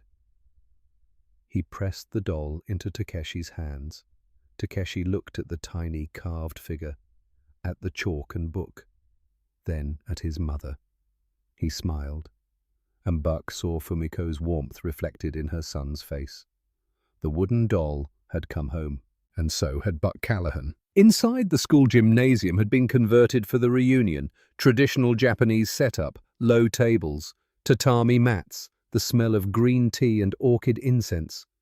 Everything clean, careful, respectful. The women arrived one by one. Each entrance was a small miracle. Reiko came first, 35 now. Doctor at Hiroshima Hospital. She wore a white coat even though this was not a medical setting. Professional to the core. She showed Buck her shoulder. Healed perfectly. Just a scar. But the shoulder worked, moved, saved lives. She bowed deep, spoke in Japanese. Fumiko translated. Your sulfur powder saved my shoulder. I used that shoulder to deliver 847 babies at Hiroshima Hospital. Each one I thought Guardian Angel made this possible. Then Yuzuki, 24 now, married to a gentle bookstore owner. She carried a little girl on her hip, 4 years old. Megumi, Yuzuki said, blessing. That is what the name means. She still had the comb. Buck's mother's comb. She had worn it in her hair on her wedding day. I tell Megumi about American Angel who saved her grandmother's life, Yuzuki said. Her English had improved, 7 years of practice. She want to meet you. The little girl stared at Buck with enormous eyes, whispered something to her mother. Yuzuki translated. She asked if you have wings. Angels have wings in picture books. Buck laughed, first real laugh in 7 years. No wings, he said, just cowboy boots. One by one the others arrived, each with families, husbands, children, stories of survival and rebuilding, of lives that continued because one Texas cowboy had chosen mercy over orders. Buck tried to count. 12 women, 23 children, 11 husbands, others. The gymnasium was full, maybe 60 people total, all here because of one chocolate bar. The weight of that realization was overwhelming. Fumiko called for silence, stood at the front of the room. Her English was flawless now. 7 years of teaching had polished away any hesitation. On January 18th, 1945, she said, we expected death, we received chocolate. Today, August 18th, 1952, we have 23 children, tomorrow's children, hope's children, all exist because one man chose mercy over hate. She gestured to the center table where 15 wooden dolls were arranged, the 12 original ones, plus Buck's 3, a complete family reunited. Wyatt Callahan did not win the war, Fumiko continued, but he won something more important. He won proof that humanity is bigger than propaganda. That kindness multiplies. That mercy never dies. Then came the ceremony. Each woman broke off a piece of Hershey chocolate, but this time, instead of dividing it among themselves, they fed it to Buck, one by one. Reversing the ritual from 7 years ago, the sensory overload was intense. 12 chocolate bars snapping in sequence. The sound like gentle rifle reports. The smell of cocoa mixing with tatami grass and green tea. The taste of chocolate. Familiar but transformed by context. Celebration instead of survival. The visual contrast. 12 faces smiling through tears versus 12 faces terrified in a cave. The touch. Gentle hands offering chocolate versus desperate hands grabbing it. Buck Callahan sat surrounded by 60 lives and understood something profound. Mercy was not a one-time thing. It was a seed. And seeds multiplied. Fumiko's son Takeshi stood, 15 years old, confident in a way his mother had not been in the cave. Guardian Angel Callahan-san, he said in careful English. My mother tells me you saved 12 lives, but I count 60 people in this room. All exist because of your choice. How is this possible? Buck looked at the faces around him, young and old, Japanese and the children of two cultures. I gave your mother chocolate, he said. She gave me hope. Everything else just grew from there. An older woman stood, one of the 12 Buck had not learned the name of. She spoke in Japanese. Fumiko translated. She says in Japanese we have a word. Kyotsu no oto, common husband, not romantic, but the man who fathered us all back to life. You are our common husband, Callahan-san. These children, they are yours too. Buck felt his chest tighten. He had spent 7 years believing he had no children, no legacy. But looking at 23 faces that would not exist without his choice, he realized legacy was not about blood. It was about the lives you touched, the mercy you showed, the seeds you planted. Then I am the richest man in Texas, he said. The gymnasium erupted in applause, not polite, thunderous, sustained. 60 people standing, clapping, crying, celebrating. And Buck Callahan, who had crossed an ocean, hoping to learn if his choice had mattered, finally had his answer. It had mattered more than he ever imagined. The evening stretched into night. Stories were shared. Photographs passed around. Buck learned names he had never known. Heard stories of hardship and resilience. Fumiko showed him letters she had written but never sent. 7 years of one-sided conversation with a man she thought she would never see again. Reiko gave him a small wooden box. Inside was a single white lily preserved and pressed. From my sister's grave, she said through Fumiko. You taught me Americans are not my enemy. Hate is my enemy. This flower is proof I chose love. As midnight approached, Buck sat with Fumiko on the school steps. The others had said their goodnights, drifted home to beds and families. I have something for you, Fumiko said. She reached into her dress pocket, pulled out Buck's mother's locket. He had given it to her 7 years ago, told her to give it to Takeshi. She pressed it into his palm now. I kept it safe, she said, but I think it belongs with you. Your mother's face should go home. Buck opened the locket. His parents stared back at him, young, hopeful, before the ranch, before the hard years, before death. Thank you, he said. No, Fumiko replied. Thank you for teaching us that enemies are just strangers who have not shared chocolate yet. Buck laughed, then sobbed, then laughed again. 7 years of silence broken. And somewhere in the Texas night, 1,200 miles away, 3 wooden dolls sat on a mantel in an empty ranch house, waiting for the man who had finally learned that going home does not always mean going back. Sometimes it means finding the place where your mercy multiplied and claiming it as your own. The reunion continued into its second day. August 19th, 1952. The morning sun filtered through paper screens in the school gymnasium. Buck woke on a borrowed futon surrounded by families who had once been strangers marked for death. He could hear children laughing in the courtyard, the sound of normalcy, the sound of life continuing. 23 children, all because he had shared 1 chocolate bar. The mathematics of mercy still overwhelmed him. Fumiko appeared in the doorway with tea, green and bitter and exactly what Buck needed. Today, someone else comes, she said. Someone who needs to say things he could not say 7 years ago. Buck knew before she said the name. Your brother. Fumiko nodded. Daichi was released from Sugamo prison 6 months ago. 7 years for war crimes. Attempting to execute civilians without trial. He served his time. But the sentence changed him. She sat down across from Buck, her hands wrapped around her own teacup.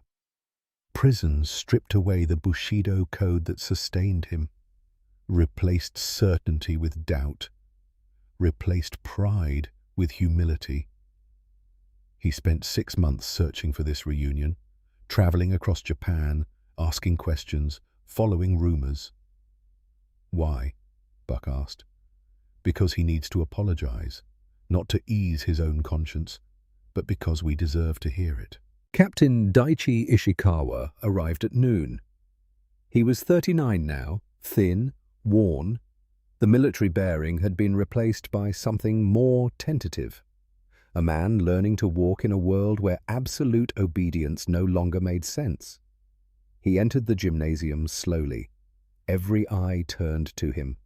Some of the women stiffened, the memory of his bayonet still fresh despite 7 years. Daichi walked to the center of the room, knelt, pressed his forehead to the tatami mat. The deepest form of apology in Japanese culture. Total submission. Complete humility. He spoke in Japanese, his voice barely above a whisper. Fumiko translated for Buck, her own voice shaking but steady.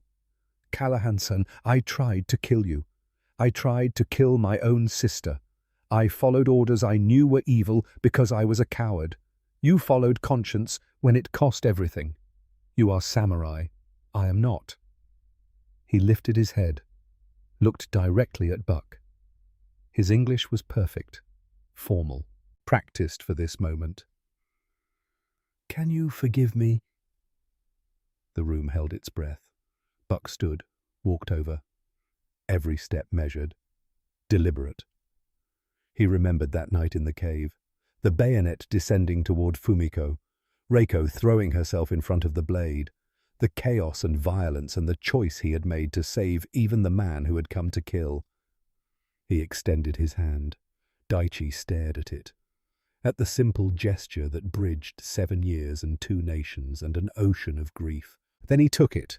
The grip was firm, equal, not captor and prisoner, not victor and vanquished, brothers through Fumiko, former enemies now bound by shared failure and shared redemption.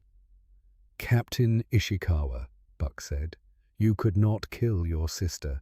That took more courage than following orders. You left them in that jungle hoping someone would show mercy. I just happened to be there. We both made choices, different paths, same destination, them being alive. Daichi's face crumpled, the military mask finally breaking. He pulled something from his coat, Fumiko's locket, Buck's mother's locket, the one Buck had given Fumiko 7 years ago, the one she had returned to him last night.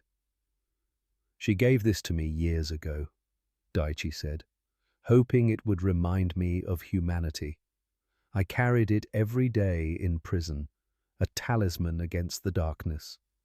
He pressed it into Buck's hand. But it belongs with you. I have learned what I needed to learn. Buck looked at the locket, then at Daichi. Then he reached into his pocket. He pulled out a small silver harmonica. His father had carried it in the First World War, had played it on the ranch porch on Sunday evenings before he died. It was one of Buck's most precious possessions. He pressed it into Daichi's hands. Symbol of peace, Buck said, of music instead of war, of breath creating beauty instead of carrying screams. Daichi's hands trembled as he clutched the harmonica. He bowed again. Not the formal apology this time, but gratitude. Buck lifted the harmonica to his lips, played a few notes, Home on the Range, slow, emotional. The Texas anthem transformed into a Japanese peace offering. The children listened in wonder. First American music for many of them. The melody, simple, haunting. Yuzuki's daughter Megumi whispered to her mother, "Sounds like freedom," Fumiko translated. Buck taught them the chorus. 60 Japanese voices singing a Texas cowboy song in broken English. The sound filled the gymnasium, spilled out into the August evening. Freedom and hope mixed together until you could not tell where one ended and the other began. From terror in a cave to music in a school. 7 years, one mercy's echo multiplying across generations. The years that followed moved quickly. Buck returned to Fort Worth in September of 1952. But he was not the same man who had left. He had crossed the Pacific carrying ghosts. He came back carrying proof that those ghosts had become something beautiful. He worked the ranch, but now every January 18th felt different. Not lonely, connected, because somewhere in Japan 60 people were eating chocolate and thinking of him. Letters arrived regularly now. Fumiko wrote twice a year, Christmas and Chocolate Day. The letters were windows into lives that continued to multiply. Takeshi graduated high school, wanted to be an engineer. "To build bridges," Fumiko wrote, "because you showed me Mercy Bridges nations." Reiko sent photographs of babies she had delivered. 847 became 900, then 1,000. Yuzuki's daughter Megumi started school. She tells everyone her grandmother was saved by an angel from Texas, the letter read. The teachers think she is making it up. And slowly, carefully, the story began to spread. Not widely, not yet, but in small circles, veteran groups, church socials, the kind of places where men Buck's age gathered to talk about wars they were still trying to understand. Buck would show the letters, the wooden dolls, the photographs of children who would not exist without one choice in one cave on one day. Some men scoffed, called him soft, said he should have followed orders, but others listened. And in their eyes, Buck saw recognition. They had made choices too, small mercies in the chaos of war, and they had wondered if those choices mattered. Buck's story told them yes. 1976 changed everything. A Japanese filmmaker named Hiroshi Takeda arrived in Fort Worth with cameras and questions. He had heard rumors, stories about 12 women and an American cowboy and chocolate. He wanted to document it before the generation that remembered firsthand was gone. Buck was 55 now, silver in his hair, lines in his face from Texas sun and ranch work. But his eyes still carried that same intensity, that same recognition of shared humanity. Takeda interviewed everyone. Buck, all 12 women, the second generation. Takeshi, now 39, an engineer. Megumi, now 28, an English teacher, like her grandmother, Fumiko. The documentary was titled The Chocolate Protocol When Mercy Multiplied. Reiko, 59, spoke directly to camera. "His sulfur powder saved my shoulder. I used that shoulder to deliver 847 babies at Hiroshima Hospital. Each one I thought Guardian Angel made this possible. That is not 847 lives. That is 847 families. Thousands of people exist because one man chose kindness."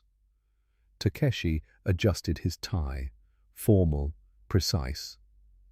"I am alive because Wyatt Callahan saw my mother as human. I build bridges now, literal bridges across rivers, metaphorical bridges between nations. Every structure I design, I think about the bridge he built with one chocolate bar." Fumiko, 66. Her English, now flawless, looked into the lens with those same intelligent eyes Buck had first seen in a cave. "He taught us the enemy is a word politicians use. Human is what we truly are. I have spent 30 years teaching English. Every class I tell this story, not to glorify war, but to show that even in war's darkest moments, humanity can survive." Then it was Buck's turn. Takeda asked the question everyone wanted answered. "Did you win the war, Mr. Callahan?" Buck looked at the camera, at whoever would be watching, decades from now, generations removed from the choices made in Philippine jungles. "I did not win the war," he said. "I just helped 12 people survive it. Maybe that is the only war worth winning, the battle against hatred in your own heart." The filmmaker pressed. "But you saved 91 lives across 4 generations. Surely that is victory. Buck shook his head. Victory is not the right word. I made a choice. One choice. To see humans instead of enemies. Everything else just multiplied from there. That is not special. That is just basic human decency. He paused, looked directly into the lens. The question is not why I did it. The question is why it was so rare. That question hung in the air, unanswered, maybe unanswerable. The documentary won awards, was shown in Japanese schools, a few American schools. Veterans groups initially hostile softened when they saw the evidence. Letters arrived at Buck's ranch. Other veterans thanking him, some apologizing for judging, others sharing their own stories of mercy shown and received. One letter stood out, from a veteran who had fought at Okinawa. Brutal campaign, no mercy given or expected. I hated the Japanese for 30 years, the letter said. Your story made me realize I was carrying dead weight. Thank you for showing a different way. Buck kept that letter on his mantel, next to the wooden dolls. Proof that the story mattered, that sharing it could change minds. But time, as it always does, moved forward. Buck Callahan died on March 14th, 1982. Heart failure, at his ranch. Alone except for the cattle and the 3 wooden dolls on the mantel and the ghost of choices that had defined his life. He was 61 years old. He never married, never had biological children. Rachel found him the next morning, called the doctor, made the arrangements. The funeral was planned for the following Saturday, small, local, the way Buck would have wanted it. But on Friday evening, the calls started. From Japan, from California, from places Rachel did not know Buck had touched. "We are coming," Fumiko said on the phone. Her voice was 82 years old, but still clear, still determined. "All of us." "All?" Rachel asked. "All." Saturday morning, Fort Worth Cemetery. The Callahan family plot was modest. 3 generations buried under Texas soil. Buck's father, his mother, his grandparents. Rachel expected maybe 30 people, ranch neighbors, church friends, a few veterans from the local VFW. What she got was 91. They arrived in waves, from the airport, from hotels, coordinated with military precision. Fumiko led them, 72 years old, leaning on a cane, but walking with that same brittle dignity Buck had first seen in a Philippine cave 37 years earlier. Beside her, Takeshi, 45 now, an engineer who had built 43 bridges across Japan. Reiko, 65, retired doctor. She had delivered 1,218 babies in her career, each one a small miracle made possible by an American soldier's sulfur powder. Yuzuki, 54, bookstore owner, grandmother of 7, and the others. The 12 women who should have died on January 18th, 1945. 8 of them were still alive. 4 had passed in the intervening years, but their children came, and their children's children. 91 descendants total, 3 generations, all gathered to honor one chocolate bar, one choice, one moment of mercy. They formed a line, each person carrying a single Hershey bar. As Buck's casket was lowered into Texas earth, 91 chocolate bars were placed around the grave. A ring of sweetness surrounding a man who had spent his life unsure if his choice had mattered. Fumiko spoke, her English perfect after 60 years of teaching. "Wyatt Callahan had no children," she said, "but he had 91. We are proof that legacy is not about blood. It is about the lives you touch, the mercy you show, the seeds you plant." Takeshi stepped forward. "Place the harmonica on the casket," the one Buck had given his uncle Daichi 30 years earlier. "Music instead of war," Takeshi said. "That was his gift. That is his legacy." Rachel stood apart, watching, trying to understand. Her brother, who she thought had lived alone and died alone, had actually built a family that spanned continents. After the service, Fumiko approached her. "You did not know," Fumiko said. It was not a question. "No," Rachel admitted. "He never talked about the war. I thought he was just broken." Fumiko smiled, sad but knowing. "Not broken, transformed. There is a difference." She pressed something into Rachel's hand, a wooden doll, a teacher with chalk and book. "He carried this for 37 years. Now it stays here, in Texas, where it belongs." Rachel looked at the tiny carved figure, at the care that had gone into each detail. "Who made this?" "I did. In a cave. When I thought I would die." "Your brother gave me chocolate. I gave him this. A promise that if I survived, I would teach peace." "Did you?" 60 years, 30,000 students. Every one of them knows about the Texas cowboy who chose mercy. Yes, I taught peace. The years that followed turned the story into legend. 1985. A monument was proposed for Hiroshima Peace Memorial. 1992. Construction began. 2001. The Guardian Angel Memorial was unveiled. A bronze statue of a soldier sharing chocolate with a child. Simple, powerful, universal. The plaque read in English and Japanese, "In memory of Wyatt Buck Callahan and all who choose mercy over hatred, 1 chocolate bar, 91 lives. Proof that kindness multiplies." The memorial became a pilgrimage site.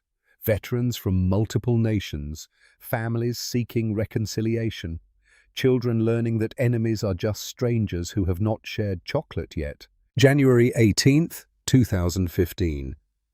70 years after the cave. Hiroshima Peace Memorial. The Guardian Angel statue gleamed in winter sunlight. 8 of the original 12 were still alive. Fumiko 105, Reiko 98, Yuzuki 87. They moved slowly, wheelchairs and canes, and the careful navigation of bodies that had outlived reasonable expectation. But they came, and with them the multiplication. 23 children, now adults in their 60s and 70s. 41 grandchildren, middle-aged and successful. 19 great-grandchildren, young adults and teenagers. 8 great-great-grandchildren, babies and toddlers. 91 descendants total gathered to honor 70 years of mercy. The ceremony was simple. Each person held a Hershey bar toward the sky, a toast to the man who had taught them that humanity was bigger than war. Yuzuki stood at the podium, 87 years old, frail but fierce. Her great-great-granddaughter sat in the front row, 5 years old, named Chocorito, chocolate in Japanese, a living tribute. "I am 87 years old," Yuzuki said in English, accented but clear. "In 1945, I was 17 and wanted to die. American cowboy gave me chocolate, gave me comb, told me I was beautiful. Today I am great-great-grandmother of 5. Everyone carries Buck Callahan's gift. Belief that kindness is stronger than war." She held up the comb. Still had it, 70 years later, still beautiful, still grateful. The crowd erupted in applause, not polite, thunderous, sustained. 91 descendants standing, clapping, crying, celebrating. But the most powerful moment came from Takeshi, 78 years old, Fumiko's son, the 8-year-old boy who had studied English to meet the Guardian Angel. He had crossed the Pacific dozens times, built a life that bridged 2 cultures, two former enemies now bound by gratitude. My mother taught me that mercy is not weakness, Takeshi said. It is strength, because mercy requires courage. It requires seeing humanity when propaganda tells you to see monsters. He paused, looked at the bronze statue, the soldier and child frozen in an act of kindness. Buck Callahan had that courage, and because he did, 91 of us stand here today. He gestured to the crowd. 3 generations. 4. Soon to be 5. We are told to remember the battles, the victories, the territories won, but I ask you to remember this instead. 1 chocolate bar, 1 choice, 91 lives, proof that mercy multiplies, proof that kindness never dies. The silence that followed was profound. Then slowly someone began to clap, then another, then everyone.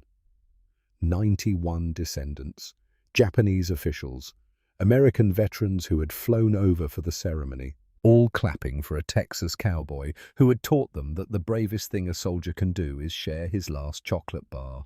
But the story did not end in 2015, because mercy, once planted, keeps growing. Fumiko's great-grandson became a diplomat at the United Nations, negotiates peace treaties between nations that have forgotten how to talk. He carries a small piece of Hershey's chocolate in his pocket. Every negotiation, without fail, a reminder of where mercy leads. Reiko's granddaughter runs a PTSD clinic in Tokyo, treats veterans from multiple countries: American, Japanese, Korean, Iraqi, Afghan. The clinic logo is a chocolate bar. Patients understand immediately. Yuzuki's great-great-granddaughter Chocorito is learning English in school. Age 5. Already she knows the story. Already she understands that her existence is proof that kindness multiplies. The farmer's daughter's family still farms, but now they donate 20% of their harvest to refugee organizations. Syrian families displaced by war, African communities fleeing violence. Mercy recognizing mercy across cultures and continents. And every January 18th, all 91 descendants gather, sometimes in Hiroshima, sometimes in Tokyo, sometimes smaller groups in different cities. But all of them eat Hershey's chocolate. All of them tell the story to their children. All of them remember the guardian angel who looked like a Texas cowboy. 2024. The Morrison Ranch in Fort Worth still stands. Rachel passed in 2008. The ranch went to her daughter, then to her granddaughter. The Callahan name lives on through sisters, not sons. But the mantle in the ranch house holds something sacred. 15 wooden dolls arranged in a careful circle. The teacher, the nurse, the farmer, the bride, all 12 women, Bucks 3, complete. In front of them a fresh Hershey bar, placed there every January 18th by family who remembers, by descendants who understand, and a photograph. Buck Callahan, 24 years old, Philippine jungle, 1945. Muddy, bearded, but smiling, really smiling, because in that moment, someone had captured him, not as a soldier, but as a guardian. Next to it, another photograph. Fukuoka School, 1952. Buck surrounded by 12 women and 23 children, all of them eating chocolate, all of them alive, and a final photograph. Hiroshima Memorial, 2015. 91 descendants holding Hershey bars toward the sky. A toast to mercy, a celebration of multiplication. Text appears beneath the images, carved into the wood of the mantle itself. In memory of Wyatt Buck Callahan, 1921 to 1982, and the 12 women he taught us to see as human Fumiko Reiko Yuzuki, and 9 others whose names are written in heaven. May we all choose chocolate over cruelty. The screen would fade here. But the story does not end, because somewhere right now 150 descendants are living their lives, teaching their children, sharing chocolate on January 18th, telling the story of the guardian angel who looked like a Texas cowboy. And the mercy he chose is still multiplying, still growing, still proving that the simplest acts of kindness can echo across generations. 1 chocolate bar, 150 lives, 79 years. Proof that kindness never dies, it just keeps growing. What do you do when you are an American soldier alone in enemy territory and 12 Japanese women are begging you to kill them? Wyatt Callahan chose chocolate. He chose to see humans instead of enemies. He chose mercy when duty demanded cruelty. And 79 years later, 150 people walk the earth because of that choice. That is not victory in the traditional sense. That is something better. That is proof that even in war's darkest moments, humanity can survive. That one act of kindness can multiply across 4 generations. That mercy has a longer memory than hatred. Buck Callahan never won a medal for what he did in that Philippine cave. He was never promoted, never honored by his government. But 91 people flew halfway around the world to place chocolate bars on his grave. 150 descendants carry his story forward. 30,000 students learned about peace because Fumiko survived to teach them. 1,218 babies were delivered because Reiko's shoulder healed. 43 bridges stand across Japan because Takeshi lived to build them. That is the true measure of a life well lived. Not the battles won, not the enemies defeated, but the lives touched, the mercy shown, the seeds planted in soil you will never see bloom. Buck Callahan planted 12 seeds in a Philippine cave on January 18, 1945. Today, those seeds have become a forest. 150 trees, all bearing the same fruit, chocolate and kindness, and the stubborn human belief that we are more alike than we are different. The question Buck asked 79 years ago remains relevant today. How much of our identity is just the uniform we are told to wear? What happens when we take off that uniform and see the person underneath? What happens when we choose chocolate over cruelty? Buck Callahan showed us the answer. Mercy multiplies. Kindness never dies. And 1 chocolate bar can change the world. If you believe this story deserves to be remembered, share it. If you know a veteran who chose mercy over violence, honor them. Their stories matter. Because Buck Callahan showed us that the true measure of a soldier is not how many enemies he defeated, but how many lives he saved. And sometimes saving a life is as simple as sharing your last chocolate bar. 1 chocolate bar, 150 lives, 79 years, the chocolate protocol, when mercy multiplied. Buck Callahan was asked once near the end of his life if he ever regretted sharing that chocolate bar. He smiled and said, "I gave away one thing I was going to eat anyway. And somewhere in Japan, 150 people are walking around because of it. That is not sacrifice. That is the best trade I ever made." The world teaches us that mercy is expensive, that compassion drains resources, that kindness to strangers costs too much. Buck Callahan proved the opposite. Mercy does not cost, it multiplies. 1 chocolate bar became 12 lives, became 23 children, became 91 descendants, became 150 futures. Not because Buck was special, but because he chose to see humans instead of enemies. Every day we face our own Philippine cave. A stranger who needs help. A person we have been told to fear. A moment where mercy seems foolish. The question is always the same. Will you share your chocolate or will you hoard it? Will you plant seeds you will never see bloom?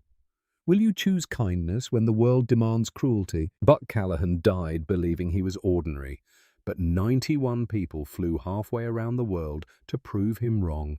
because the greatest lie the world tells us is that our small acts of mercy do not matter. They matter more than we will ever know. One chocolate bar, 150 lives, 79 years, proof that kindness never dies, it just keeps multiplying. What will you choose today?